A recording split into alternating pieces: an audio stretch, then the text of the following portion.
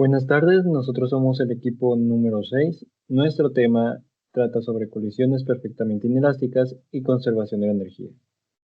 Introducción. En este proyecto experimental recreamos a pequeñas escalas distintas condiciones superficiales del concreto para analizar cómo varía el coeficiente de fricción de un neumático y cómo estas variaciones influyen en el movimiento y las pérdidas de energía. Para ello utilizamos un prototipo con un vehículo miniatura que nos permitió comparar su comportamiento dinámico sobre superficies secas y húmedas, observando cómo cambia la fricción y su efecto directo en la dinámica del sistema. El estudio de las colisiones vehiculares desde la mecánica clásica permite comprender las fuerzas de fricción que influyen en la seguridad vial y cómo las condiciones de lluvia y otras cosas es- impactan en el coeficiente de fricción en el neumático y la superficie, lo que incrementa la distancia de frenado y a la par el riesgo de colisiones. Dichos choques tienen su origen en la resistencia al deslizamiento, su parámetro fundamental. A través de ensayos experimentales se demostró que por medio de un equipo de medición tipo tester, que incluso una ligera capa de agua puede reducir la resistencia al desplazamiento de 30 a 50% en comparación con las condiciones secas. Y cuando se añadieron contaminantes como polvo, aceite, residuos y otras cosas, la fricción disminuyó un 70%. Los modelos de estudio de datos demostraron que al aumentar la resistencia al desplazamiento, generalmente reduce la probabilidad de accidentes. En estos estudios, diferenciar entre accidentes en condiciones de lluvia y en seco, los modelos basados en el promedio de resistencia al desplazamiento de 100 metros identifican una zona de mayor riesgo de accidentes entre 0.35 y 0.45 para accidentes que en condiciones de lluvia. Es que en nuestro experimento el suelo que presentará humedad o estará mojado será menor en cuanto a coeficiente de fricción con respecto al coeficiente de fricción de un cemento seco. Así analizar la distancia de frenado y las probabilidades de colisiones vehiculares.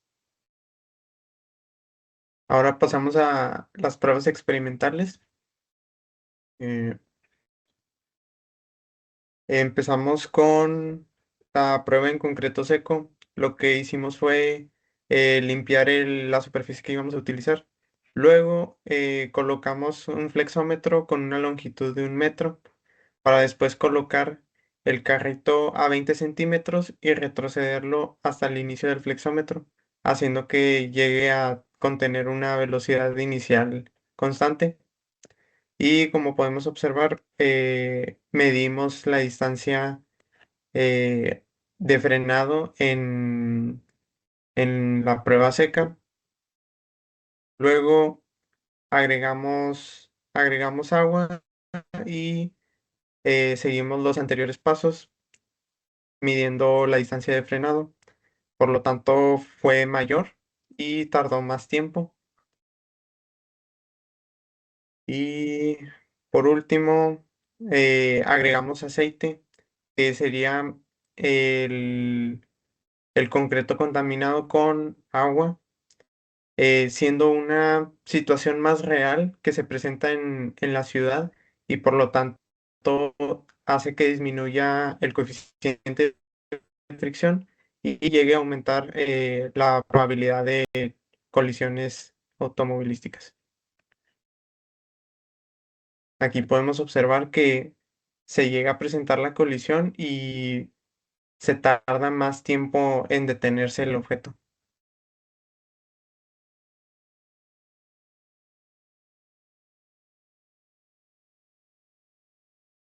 Para los resultados de las pruebas experimentales tenemos tres tablas. Las condiciones de concreto seco, en los cuales iniciamos con una velocidad de 0.98 metros sobre segundo y medimos distancias y tiempo, con el cual sacamos un promedio en las 5 veces que realizamos el experimento de un μK de 0.5 de coeficiente de fricción.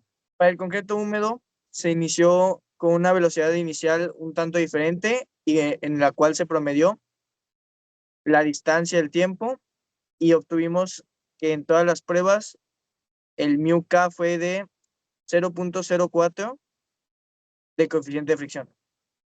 Para el concreto contaminado, usamos una velocidad muy parecida a la del concreto seco, la cual fue de 0.91 metros sobre segundo.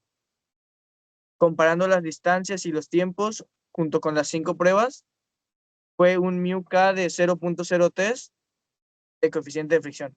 Esto nos da que el coeficiente de fricción en concreto contaminado sí es realmente menor al concreto húmedo o seco.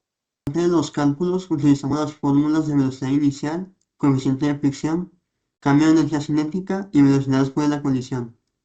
Los datos fueron la masa de cada carrito, los cuales eran de 54.85 gramos y 23.5 gramos, y los coeficientes estimados de cada situación de acuerdo a nuestra investigación. Siguiente, por favor. En base a las grabaciones y las distancias observadas, calculamos la velocidad inicial en cada caso promediando los datos obtenidos. Con ello, calculamos el coeficiente de fricción en cada caso en base a los datos que nosotros recopilamos. Y por último, calculamos la velocidad después del choque mediante un simulador. Adelante, por favor. Así como también el cambio de energía cinética para determinar el tipo de colisión, el cual fue una colisión perfectamente inelástica, exactamente como se demostró en el video. Como conclusión, nuestros datos experimentales confirmaron nuestra hipótesis inicial, ya que esos resultados mostraron que cuando el suelo está húmedo, el coeficiente de fricción disminuye, y esto aumenta la distancia de frenado, que lo vimos reflejado en nuestro prototipo, al observar que los efectos del agua y los contaminantes sobre el concreto ocasionan una reducción progresiva de la fricción desde el suelo seco al húmedo al contaminado. Y esos resultados nos coinciden con lo que reportaron los autores Stiefel, Maguara, Chong y Emerson, quienes nos documentan una disminución de un 30 y un 70% bajo condiciones húmedas. En concreto, aunque nuestros valores fueron menores a los teóricos, esto lo podemos explicar debido a las características de nuestro prototipo, las diferencias como las ruedas de plástico, que usamos una menor masa, y los errores que pudimos cometer en la medición manual. Finalmente, la simulación de colisión nos mostró una pérdida parcial de energía cinética que se esperaba, esto validando los principios de conservación del momento y la energía de choques vehiculares. Con esto logramos explicar el aumento de colisiones bajo lluvia en todo el área metropolitana de Monterrey.